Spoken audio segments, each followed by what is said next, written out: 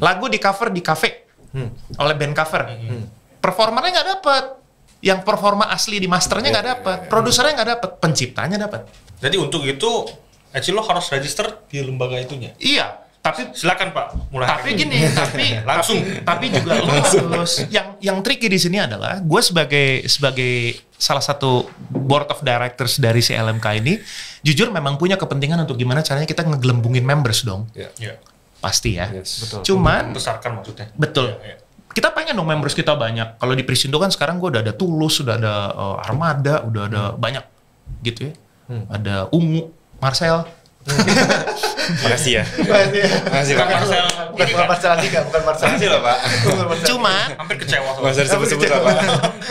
Cuman ada satu sisi yang kayak mengurungkan gua untuk juga terlalu maksa orang untuk masuk, karena gini, lu masuk di gua, misalnya lu masuk di lembaga gua tapi lu tidak ada penggunaan, misalnya lagu lu tidak dipakai atau pemakaiannya kecil sekali.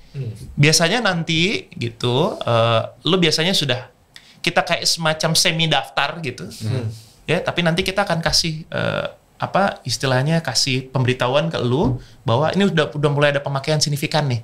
Baru lu bisa collect. Tapi kalau sebelumnya, kalau tidak ada pemakaian signifikan ya, lu cuma terdaftar aja.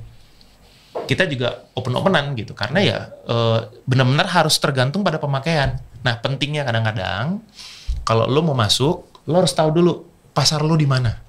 Jadi lu jelas nih pemakaian usage-nya di mana. Karena kalau enggak, lo daftar buat apa gitu. Benar. Tapi kayak di Indo pun kayaknya belum orang-orangnya belum seserius itu kali ya. Yang ngedeal sama. Maksudnya gini Sel, kalau gue perhatiin ya, yang menarik di Indonesia itu sebetulnya adalah ada sebuah industri ya yang sekarang ini kita lagi berusaha mau coba convert jadi yang namanya ekosistem lah, whatever, dengan bahasa-bahasa keren ya gitu. Tapi sebetulnya itu industri yang sudah terbentuk puluhan tahun bahkan sebelum gua lahir ya.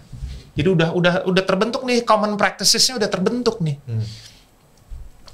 Cuman sayangnya common practices ini sempat terbentuk di era di mana Indonesia juga masuk sebagai negara yang dianggap sebagai negara pembajak.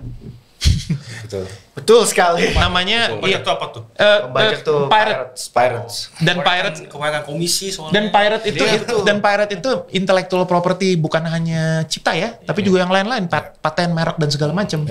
Nah, itu sempat membuat Indonesia masuk di namanya Special 301 Report. Itu kayak report khusus dari negara-negara pemilik intellectual property, khususnya US ya. Yang mereka tuh dikasih kayak semacam waktu gitu. Lo kalau nggak memperbaiki diri, kita bakal boykot lo untuk barang-barang kita. Kita nggak akan taruh di sana atau gimana, lo nggak akan bisa pakai barang kita, patennya atau mereknya di sini. Pokoknya itu. Nah, kita juga ada kepentingan itu. Nah, cuman si industri ini tuh sudah sempat terbentuk di era itu. Lalu kemudian ya ada banyak kejadian-kejadian kayak misalnya posisi bargain yang tidak sama ya. Pada saat itu juga ada produser-produser yang memang mereka punya duit yang begitu banyak, ya. Lalu kemudian di sini juga di satu sisi ada musisi-musisi yang mereka sangat kreatif, tapi mereka nggak punya posisi bargain yang baik. Akhirnya mereka mau nggak mau terima aja tawaran-tawaran di situ, termasuk ya disuruh tanda tangan untuk mengalihkan semua hak mereka. Padahal udah jelas-jelas hak kebendaan tanda kutip khusus untuk hak ciptanya berbeda dengan hak kebendaan yang lain, karena ada hak eksklusif itu tadi, hak moral yang nggak bisa dibayar, nggak bisa dialihkan. Itu pun hanya dipinjamkan, dilisensikan sebetulnya. Makanya tadi gue bilang kan, bahkan penciptanya sendiri pun dibatasi oleh undang-undang dengan seumur hidup tambah 70 tahun.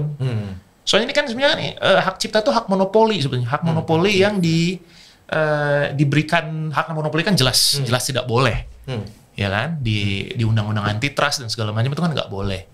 Tapi ini dibolehkan selama punya kemanfaatan secara sosial, gitu loh. Nah itu. Nah si IP ini, intellectual property ini harus mempunyai kemanfaatan secara sosial, baru kemudian itu dianggap sebagai monopoli yang dibolehkan.